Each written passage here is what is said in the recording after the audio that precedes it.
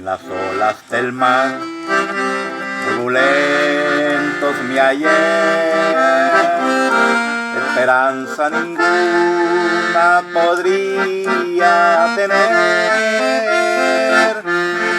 Y un día Cristo al mirarme perecer, me dio su mano de poder y me salvó.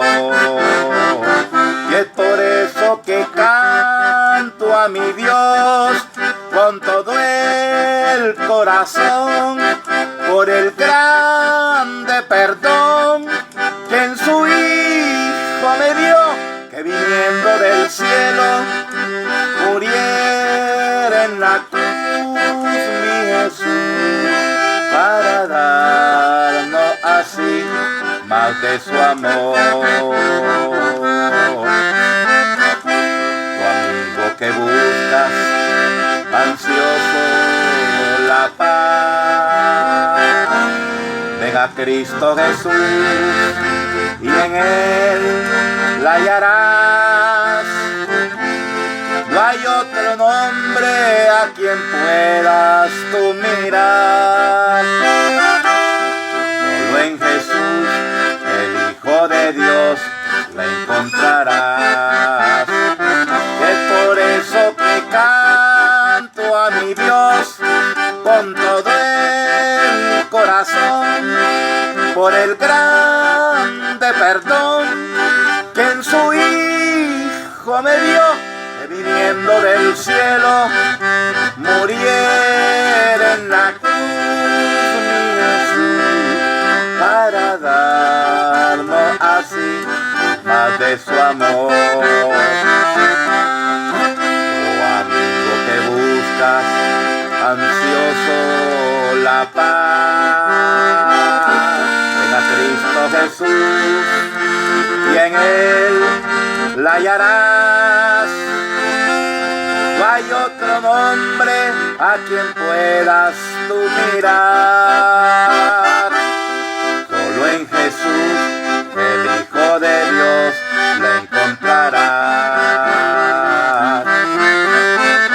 Y es por eso que canto a mi Dios con todo el corazón, por el grande perdón que en su Hijo me dio, que viniendo del cielo muriera en la cruz mi Jesús, para darnos así más de su amor, para darnos así más de su amor.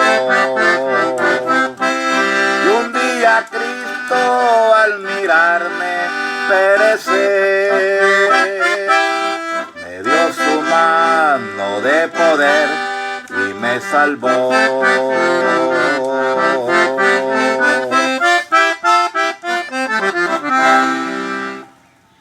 Buenas noches, hermanos y hermanas, que el Señor nos bendiga una vez más. Damos honra y gloria a nuestro Dios por tener este tiempo de aprendizaje, de recordar principios de la palabra del Señor. Estamos estudiando la segunda venida de nuestro Señor Jesucristo. Vamos a ver la parte 2. Voy a invitarles para que abran sus Biblias en primera carta a los Corintios, capítulo 15, y vamos a leer del verso 50 al 54. Primera carta a los Corintios, capítulo 15, versos 50 al 54. Posteriormente oramos al Señor para que Él bendiga este tiempo de enseñanza. Dice la palabra del Señor: pero esto os digo, hermanos, que la carne y la sangre no pueden heredar el reino de Dios, ni la corrupción hereda la incorrupción.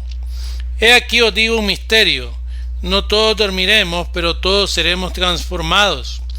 En un momento, en un abrir y cerrar de ojos, a la final trompeta, porque se tocará la trompeta, y los muertos serán resucitados incorruptibles, y nosotros seremos transformados, porque es necesario que esto corruptible se vista de incorrupción, y esto mortal se vista de inmortalidad. Y cuando esto corruptible sea vestido de incorrupción, y esto mortal se haya vestido de inmortalidad, entonces se cumplirá la palabra que está escrita: sórbida es la muerte en victoria. Damos gloria al Señor por su palabra. Oremos. Padre Santo, Señor bendito que estás en gloria, Señor, gracias te damos una vez más, oh Señor, porque nos da la oportunidad de escudriñar tu palabra, nos da la oportunidad, Señor, de aprender más de ti, Señor, aprender más de las cosas que esperamos en un futuro van a pasar, Señor, y que tienen que ver con nosotros, tu iglesia, pero también con este mundo, Señor. Te pedimos que perdones nuestros pecados, siempre oramos, Señor, pidiéndote limpieza espiritual, que nos ayude, Señor, a presentarnos delante de ti, oh Señor, con un corazón limpio, con un corazón humillado, con un corazón contrito por el pecado y dispuesto, Señor, a hacer tu voluntad. Bendice, Señor, este tiempo. Te rogamos que tu Espíritu Santo siempre nos esté guiando a la verdad de tu palabra y que tenga pleno control de cada uno de nosotros. En el nombre poderoso de Jesucristo, nuestro amado Salvador, oramos. Amén y amén.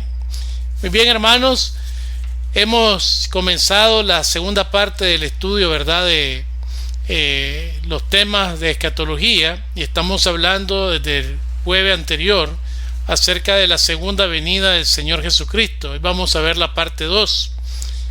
Bueno, hasta ahora hemos estudiado, hermanos, que la doctrina de la segunda venida del Señor es una de las más importantes en la Biblia.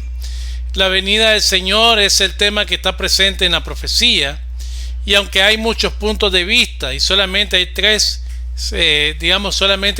cosas seguras a pesar de tantos puntos de vista, y es que el Señor viene, es que el Señor está preparando una iglesia para sí y no sabemos el día ni la hora en el cual el Señor vendrá. Y quiero hacer un paréntesis rápidamente porque recientemente esta semana estaba viendo en internet, ¿verdad?, en YouTube, que hay un rabino, ¿verdad?, una persona de los cristianos mesiánicos que le llaman, que supuestamente está prediciendo que el mundo se acaba el próximo año, y supuestamente de acuerdo a códigos bíblicos que están en la Torá, que contiene, o podríamos decir es lo que nosotros conocemos en gran manera como el Antiguo Testamento. Yo me puse a pensar cuánta gente cree este tipo de noticias, cuando la palabra de Dios nos enseña que no sabemos ni el día ni la hora, pero este hombre ya está poniendo fecha.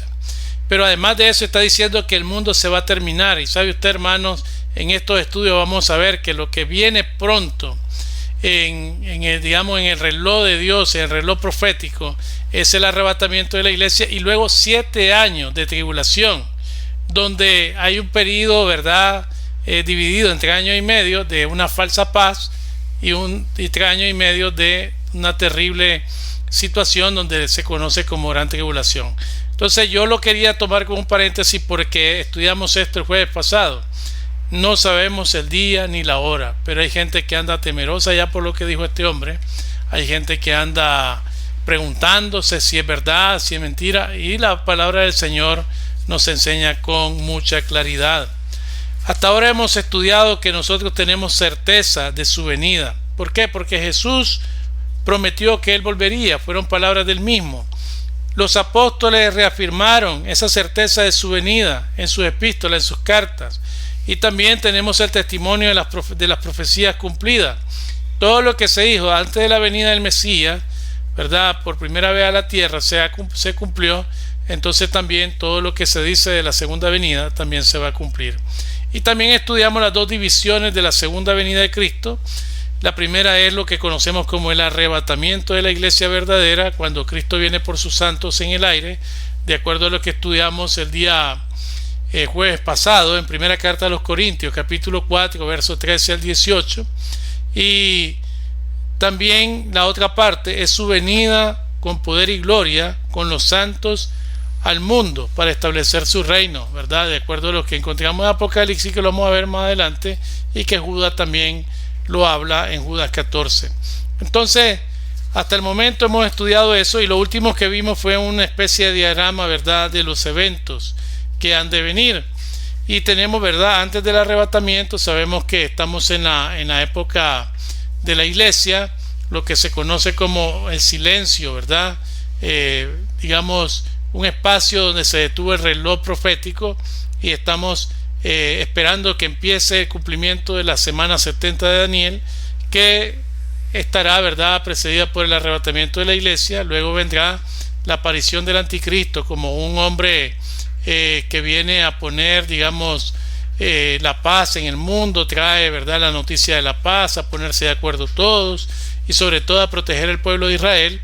Son un periodo de 7 años, y que a los 3 años y medio se va a manifestar como lo que es el anticristo, ¿verdad? Y se va a manifestar lo que hemos llamado la abominación desoladora, y luego viene todo el periodo de lo que es los 3 años y medio de gran tribulación. Finalizado ese tiempo, viene el Señor Jesucristo con sus santos, va a tener un reino milenial de 1000 años, eso lo vamos a estar viendo en su tiempo también. Luego viene el juicio final, ¿verdad? Y por último, la eternidad, cielo nuevo y tierra nueva, de lo cual nos habla Apocalipsis. Ahora vamos a ver, entonces, vamos a empezar viendo la primera parte de este diagrama acerca del arrebatamiento de la iglesia. ¿Cómo se define el arrebatamiento de la iglesia? Bueno, se define como el evento en el cual Jesús arrebata a sus discípulos de la tierra para dar paso a su juicio, que será derramado sobre el mundo entero durante el periodo de la gran tribulación. Hay 2 textos que hablan del arrebatamiento de la iglesia. Uno muy claro, como es primera carta a los Tesalonicenses, capítulo 4, versos 13 al 18, y lo que acabamos de leer en primera carta a los Corintios, capítulo 15, versos del 50 al 54, está hablando de lo que nosotros conocemos como el arrebatamiento de la iglesia, o también, como otros dicen, el rapto de la iglesia, aunque la palabra rapto no es una palabra bíblica, sino una palabra acomodada como un sinónimo de arrebatamiento. Luego, hermanos, el arrebatamiento de la iglesia constituye la primera parte de la venida de Cristo, decíamos anteriormente. Eso es, digamos, el evento próximo en el reloj profético, en la profecía escatológica, el arrebatamiento de la iglesia. ¿Cómo es la naturaleza de la venida del Señor por su iglesia? ¿Cómo será esa venida? Tenemos que diferenciar la venida del Señor por su iglesia, que no viene precisamente a la tierra, no viene a quedarse en la tierra, ¿verdad?, de su segunda venida, que es una venida corporal para establecer el reino milenial. Bueno, dice, ¿verdad?, el texto que vendrá literalmente y corporalmente, aunque no venga a la tierra, va a poder verse. Dice Juan 14, del 1 al 3, no se turbe vuestro corazón, creéis en Dios, creed también en mí. En la casa de mi Padre muchas moradas hay. Si así no fuera, yo les hubiera dicho. Voy pues a preparar lugar para vosotros. Y si me fuere y os prepararé lugar, dice el Señor Jesucristo, vendré otra vez y os tomaré a mí mismo, para que donde yo estoy, vosotros también estéis. De tal manera que el Señor viene por su iglesia, viene por sus discípulos, y es una venida literal y corporal. Aunque no esté sobre la tierra, va a estar en las nubes, en el aire, como leíamos en primera carta a Tesalonicenses 4, verso 13 en adelante. Segundo, va a venir en el aire. Va a venir en el aire. Primera Tesalonicenses 4:17 dice, luego nosotros, los que vivimos, los que hayamos quedado, seremos arrebatados juntamente con ellos en las nubes para recibir al Señor en el aire, y así estaremos para siempre con el Señor. Su venida, recuerde, primero es literal y va a ser corpórea, es decir, vamos a poder ver al Señor en el aire, pero también va a ser en el aire, nunca va a venir sobre la tierra. Nadie podrá decir, ves que el Señor va a venir mañana y va a estar en Managua. No puede decir, nadie puede decir, va a venir por su iglesia y allá se va a ver en los Estados Unidos. No, va a ser en el aire. Y también vendrá de repente, es decir, el Señor no va a anunciar, no va a dar, digamos, un anuncio, vengo mañana. La Biblia nos da muchos indicios que vamos a estar estudiando el día de hoy acerca de qué cosas preceden al arrebatamiento de la iglesia, pero no nos da una fecha ni una hora exacta. Dice primera carta a los Corintios 15:52, en un momento, en un abrir y cerrar de ojos, a la final trompeta, porque se tocará la trompeta y los muertos serán resucitados incorruptibles y nosotros seremos transformados.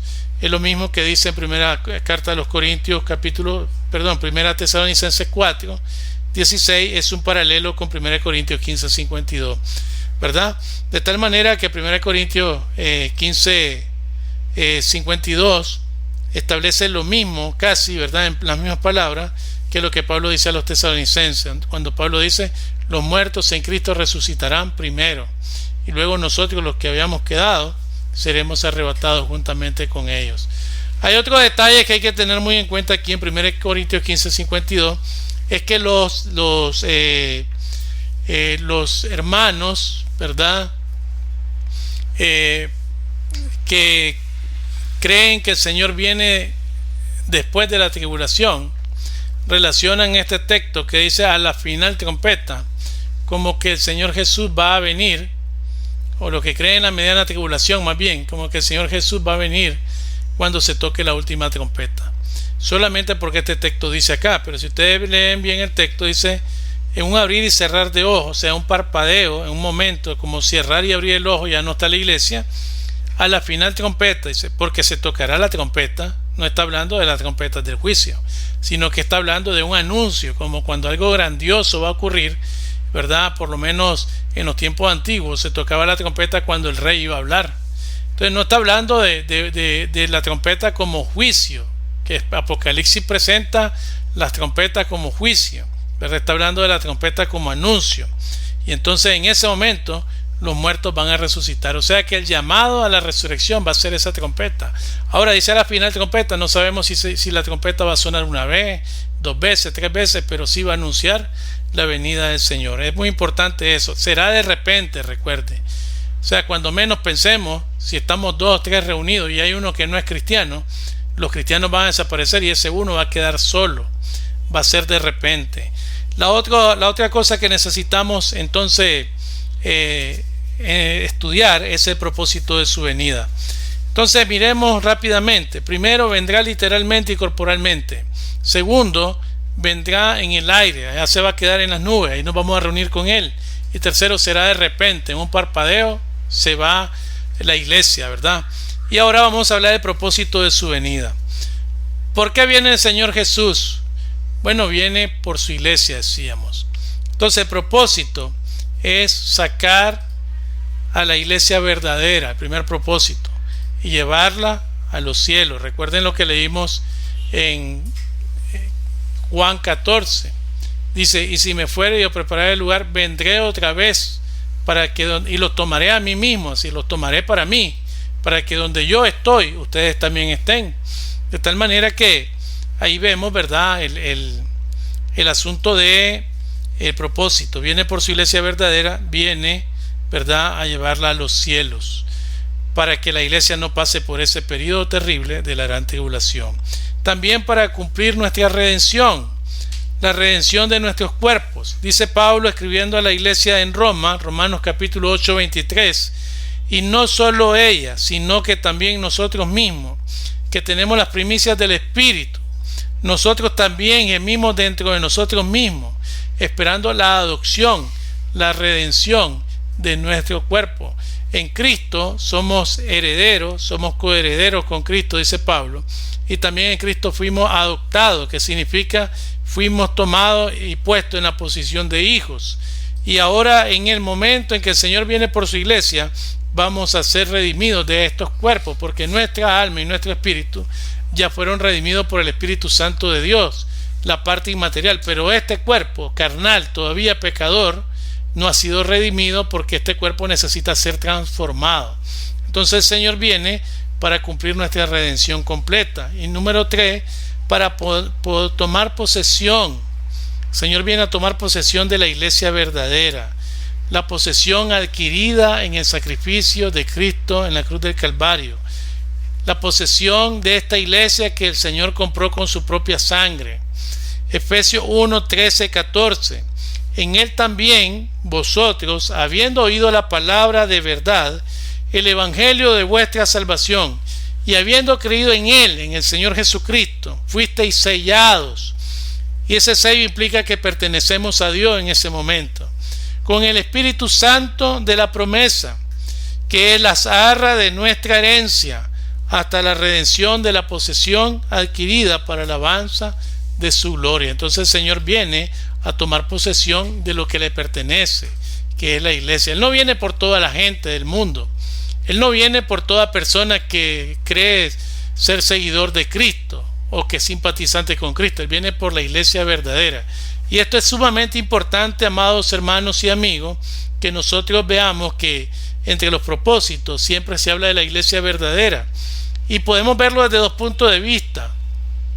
Primero, hay iglesias que predican, que profesan, que enseñan falsas doctrinas, que no se apegan a la verdad bíblica.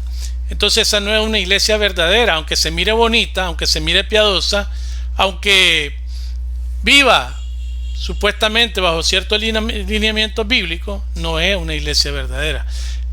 Ojo con eso, hay mucha gente predicando por ahí, usted los puede ver todos los días, y están enseñando falsa doctrina como doctrina correcta. Por otro lado, hablemos de la iglesia cristiana. Dentro de la iglesia hay gente, siempre hablamos de esto, dentro de la iglesia hay gente convertidos o salvos, ¿verdad? Creyentes. Y también hay no creyentes. De tal manera que aquellos que simpatizan nada más con el evangelio, pero que no viven como creyentes, que no son discípulos de Cristo, pues lamentablemente cuando el Señor venga por su iglesia se van a llevar la gran sorpresa de que se van a quedar, no van a ser arrebatados, porque aunque ellos profesaban ir a la iglesia, profesaban ser cristianos, pero sus vidas no eran como cristianos, entonces el Señor no se los va a llevar con ellos porque no pertenecen a la iglesia. O sea, no hicieron una decisión digamos verdadera por Cristo, nunca fueron cristianos, nunca fueron, digamos, redimidos por la sangre de Cristo. No hablamos de gente que pierde la salvación, porque el Señor lo que da no lo quita, y el salvo verdadero, desde que recibe a Cristo, da frutos dignos de arrepentimiento y se convierte en nueva criatura, dice la palabra. Entonces estamos hablando de aquellos que creen que están bien, viviendo su vida como quieren, aunque vengan a la iglesia, aunque carguen una Biblia, aunque sepan lo que dice la Biblia. Casualmente ahorita estaba pensando, yo hablé con una persona que me dice, yo conozco la palabra, pero está atrapado en la droga y está atrapado en el alcohol. Y es cierto, me mencionó varios textos bíblicos y varias aplicaciones bíblicas. Estuvo en una iglesia, pero allá, ahora que yo anduve por ahí haciendo un mandado, me lo encontré con un grupo de alcohólicos. Ese es su grupo ahora. Entonces no puede decir que esa persona ha sido redimida por la sangre de Cristo, ¿ya? Así que viene por la iglesia verdadera. No pierda de vista eso, es muy importante, amado hermano. Por otro lado, tenemos que ver, ya vimos, ¿verdad?, cómo es la naturaleza de la venida. Ya vimos el propósito de la venida del Señor por su iglesia, y vamos a ver las condiciones mundiales que habrán antes de la venida de Cristo por su iglesia. Y antes de empezar, yo quiero aclarar, vamos a tomar el texto de Mateo 24. Este texto es un texto claramente, ¿verdad?, dirigido, o que contiene claramente escenas de lo que es el periodo de la tribulación y gran tribulación.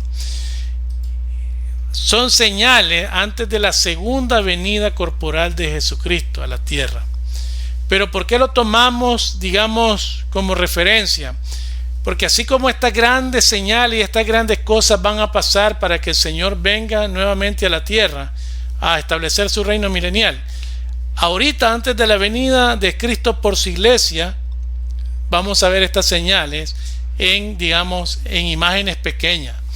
En otras palabras, si usted dice, bueno, en este tiempo hay hambre, bueno, cuando se dé la segunda venida de Cristo, cuando se dé el periodo de la gran tribulación, usted póngalo exponencialmente. Si usted dice, ¿cuánto hambre hay ahorita? Del 1 al 10, 8. Entonces, en el tiempo de la gran tribulación, usted tiene que ponerlo exponencialmente, por lo menos 8 a la 1000, por decir algo. ¿Se imagina la gran magnitud de lo que va a pasar en aquel momento? Entonces, pero ahorita estamos viendo estas cosas también en pequeño, que nos sirven para darnos cuenta que el Señor viene pronto por su iglesia. ¿Sabe por qué? Porque el Señor no va a permitir que cada uno de sus hijos pase por aquel periodo terrible. Si ahora la iglesia, en lo poco que estamos viviendo, enfermedades, falta de empleo, muchas veces falta de provisión económica para comer, para tomar, para vestirse.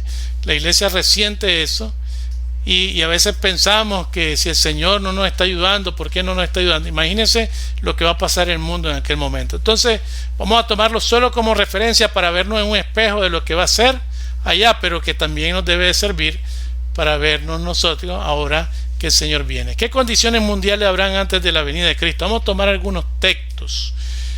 Mateo 24, 6 y 7 dice: y oiréis de guerra y rumores de guerra, mirad que no os turbéis. O sea, que esto no los traiga a preocuparse a ustedes, dice Jesús, porque es necesario que todo esto acontezca, pero aún no es el fin. ¿Se da cuenta? Guerra, rumores de guerra. Si usted ve noticias, al menos las nacionales, usted se da cuenta que hay rumores de guerra en el mundo, inclusive a veces aquí en Latinoamérica y a veces en nuestro propio país. Dice: porque es necesario que se levante nación contra nación y reino contra reino, y habrá pestes. Bueno, ahorita estamos viendo el coronavirus, imagínense las pestes que van a haber después, y hambres y terremotos en diferentes lugares, y lo estamos viviendo. Pero todo lo que estamos viviendo es pequeño nada más, porque el Señor está anunciando que pronto viene por su iglesia. Pero esto que está diciendo Jesús se refiere a lo que va a pasar en la gran tribulación. Ahora, ¿qué condiciones mundiales habrán dentro, antes de que el Señor venga por su iglesia? El arrebatamiento. Primera carta a Timoteo, capítulo 4, verso del 1 al 3. Pero el Espíritu dice claramente que en los postreros tiempos algunos apostatarán de la fe. Eso quiere decir que se van a ir en contra de lo que han creído, escuchando a espíritus engañadores y a doctrinas de demonios, por la hipocresía de mentirosos que, teniendo cauterizada la conciencia, prohibirán casarse y mandarán abstenerse de alimentos que Dios creó para que con acción de gracia participasen de ellos los creyentes y los que han conocido la verdad. Esto va a ser en gran magnitud durante el periodo de la gran tribulación, y se refiere a los creyentes que hayan en ese periodo, porque gracias a Dios su misericordia siempre va a estar presente allí y va a haber la oportunidad de ser salvos. No como ahora, ¿verdad?, que podemos ser salvos solamente pensando bien cómo estamos viviendo y entregando nuestra vida a Cristo, arrepintiendo de nuestros pecados, abriendo nuestro corazón. En ese entonces va a ser persecución, va a ser angustia, va a ser muerte. Pero mire bien que estas cosas también están pasando ahorita.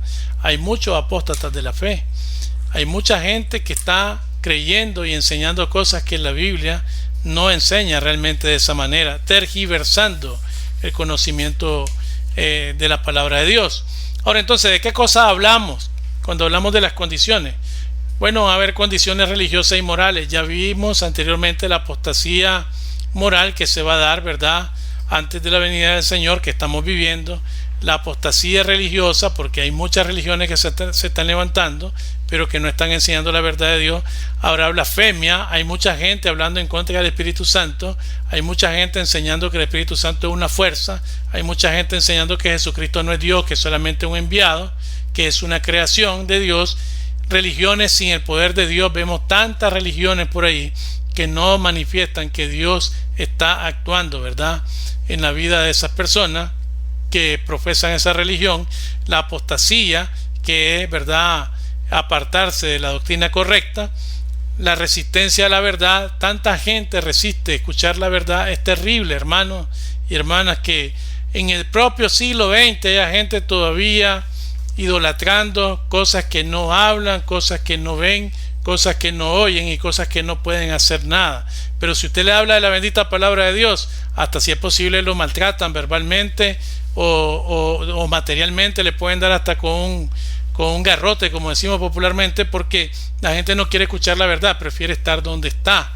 Pero también toda clase de iniquidad, el pecado, terrible pecado, terrible, ¿verdad?, la borrachera, el adulterio, la fornicación, el robo, la droga, el chisme, el levantar falsos testimonios. Eso está terrible. El mundo cada día va de mal en peor, dice Pedro. La inmoralidad, terrible, hombre con hombre, mujer con mujer, hombre casado con una mujer casada también, jóvenes en lo que nosotros llamamos fornicación, ¿verdad?, porque no son casados y están viviendo, ¿verdad?, en estos tiempos novios, dicen, y ya tienen relaciones sexuales, y sobre todo desobediencia, ¿verdad? Desobediencia a Dios, a su palabra. Y bueno, Romanos 1 dice, ¿verdad?, que el hombre se echó gloria a sí mismo y se olvidó de Dios, y por eso Dios lo mandó a pasiones vergonzosas y una vida desordenada. Hay otros textos importantes sobre este asunto de lo que estamos viviendo antes del arrebatamiento de la iglesia. Segunda carta a Timoteo 3 del 1 al 5 dice: también debes saber esto, que en los postreros días vendrán tiempos peligrosos. Y estamos ahí, hermanos.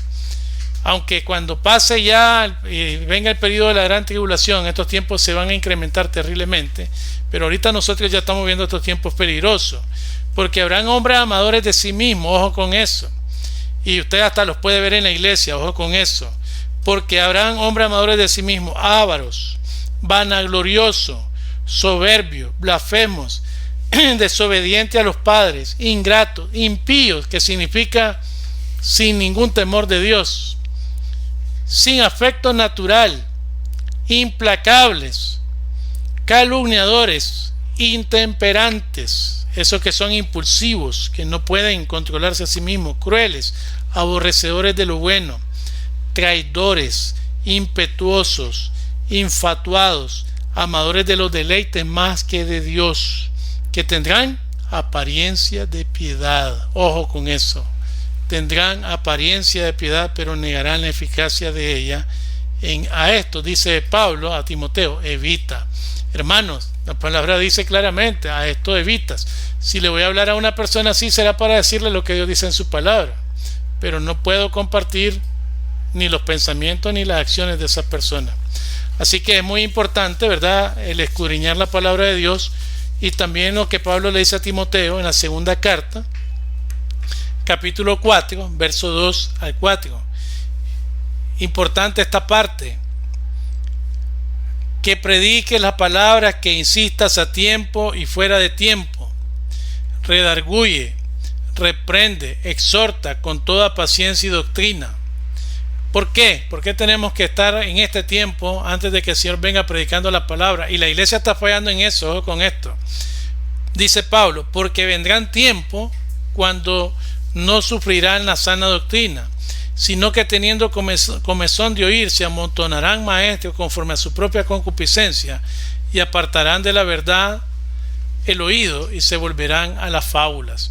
Hermanos, más allá de la responsabilidad que tenemos nosotros como creyentes, amados hermanos, de predicar el evangelio, de predicar a Jesucristo, de llevar el plan de salvación, tenemos una razón todavía, digamos, extra, si queremos verla así, y es que la gente se está apartando de la palabra de Dios para oír cuentos, para oír fábulas.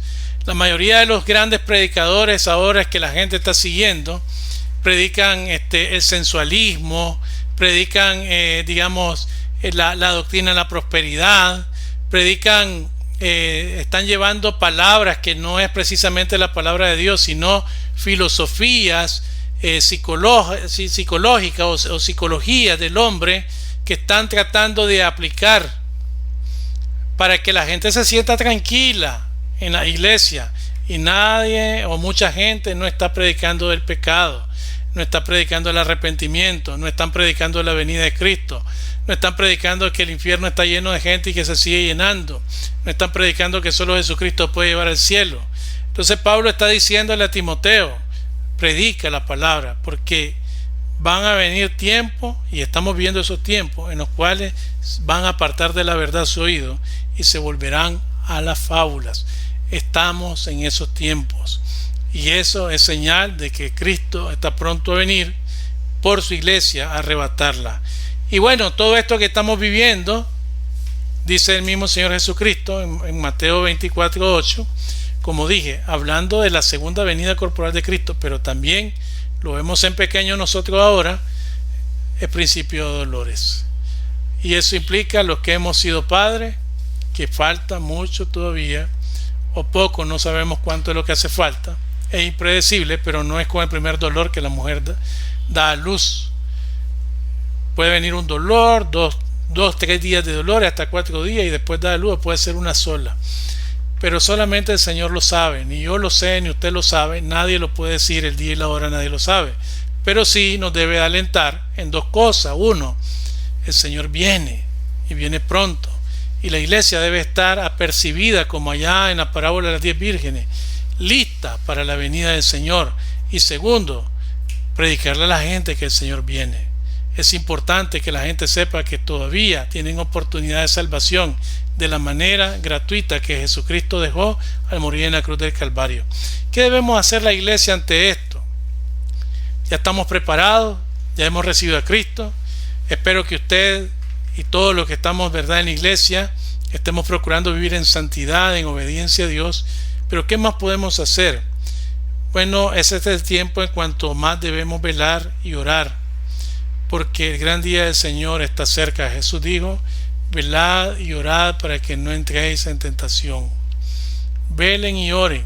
Ese es el mandato del Señor. La iglesia debe estar velando y orando para que el Señor no nos agarre, como decimos, de sorpresa, sino que nos agarre bien con Él, activo en su obra, haciendo su voluntad. Jesús dice también: miren que nadie os engañe. Entonces, ¿qué también debe estar la iglesia haciendo ahorita? Ojo al Cristo, como dice la gente. Es una forma de decir popular, pero ¿qué entenderíamos nosotros con esa forma popular? Pongamos el ojo en las cosas que el Señor nos ha dicho. Pongamos nuestra mente en las cosas que el Señor nos ha dicho. Cuidado, alguien te engaña. Cuidado, alguien te viene con una tergiversando la palabra. Viene tergiversando lo que la palabra dice y lo va a creer si ya lo tenés allí. Velen y oren para que no entren en tentación, dice el Señor. El espíritu está dispuesto, pero la carne es débil. Por lo tanto, de repente alguien enseña algo en lo cual me puedo justificar para hacer cosas que no debo hacer, y la creo y la aplico, y el Señor dice: no, velen. Velen para que estén bien claros de lo que están aprendiendo, de lo que están haciendo, y permanecer en santidad, hermanos. Dice Pedro que busquemos la santidad sin la cual nadie verá al Señor. Y aquí tenemos Juan capítulo 15, verso 4. Dice Jesús: permaneced en mí y yo en vosotros, como el pámpano que no puede llevar fruto por sí mismo si no permanece en la vid, así tampoco vosotros si no permanecéis en mí. Eso es lo que el Señor está llamando, hermano. Permanencia en Él. Es triste como muchos cristianos, entre comillas, estamos yendo tras el mundo, estamos yendo tras el pecado, estamos cayendo constantemente, y eso solamente desdice del cristianismo, y eso solamente da una lectura de la propia vida de esa persona. No es cristiano, no ha entregado su vida a Cristo, no se ha arrepentido, no ha dejado su camino antiguo, sigue en su camino antiguo, aunque profesa ser cristiano y aunque esté en la iglesia, sigue actuando todavía en su vida antigua. Por lo tanto, necesita volverse a Cristo, necesita volverse a Dios, necesita entregar su vida al Señor. Entonces tenemos que permanecer en el Señor. Si ya hemos creído, si ya hemos recibido a Cristo como nuestro Señor y Salvador, y le estamos esperando que se dé pronto el arrebatamiento de la iglesia, entonces no hay por qué estar haciendo otras cosas que no sea lo que el Señor nos manda en su palabra. Muy bien, amados hermanos y hermanas, esta es la lección de hoy, ¿verdad? Esperamos continuar el próximo jueves con esta enseñanza acerca del arrebatamiento de la iglesia. Vamos a ver que sigue el arrebatamiento de la iglesia, y yo espero que usted esté dando seguimiento a este estudio, porque es de edificación para nosotros. Es la esperanza bienaventurada que tenemos como creyentes, que tenemos que estar alimentando continuamente para mantenernos en ese camino que es Jesucristo, que Él dijo: yo soy el camino, la verdad y la vida, y nadie viene al Padre si no es por mí. Vamos a orar para que el Señor bendiga su palabra. Padre, gracias te damos una vez más por este tiempo que nos has dado, Señor. Gracias porque podemos aprender de tu palabra. Y gracias, Señor, porque ella nos enseña, nos exhorta y nos anima, Señor, para seguir adelante en medio de todo lo que se vive en este mundo, Señor. Poder cuidar, poder mantener nuestra relación contigo en santidad, en obediencia, Señor, y sobre todo esperando ese día en que tú vengas por nosotros. Te ruego, Señor, que esta enseñanza sirva de aliciente, sirva de combustible para que nuestras vidas espirituales, Señor, sean fortalecidas más. Oramos, Señor, para que tu Espíritu Santo esté siempre guiando nuestra mente y nuestros corazones y recordándonos estos principios de la palabra, Señor, que tú nos has dejado. Bendice a cada hermano y hermana, Señor, con tu palabra. En el nombre de Jesucristo, nuestro Salvador, te lo pido. Amén y amén. Bueno, amados hermanos y hermanas, recuerden que el domingo estamos siguiendo el otro estudio, ¿verdad?, acerca de Soy verdaderamente cristiano en la escuela dominical. Y por la tarde también tenemos nuestro culto, ¿verdad?, aquí en la cancha, presencial, culto evangelístico. No olvide invitar a alguien para que venga a la iglesia con usted. Y también, se me ha olvidado, pero es importante, ya están los ayunos activos en la iglesia.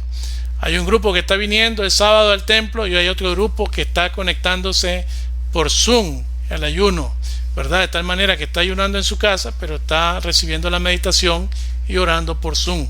Si usted quiere venir al templo puede hacerlo, si no, únase por Zoom. Es importante mantener esa llama encendida, nuestra relación con Dios.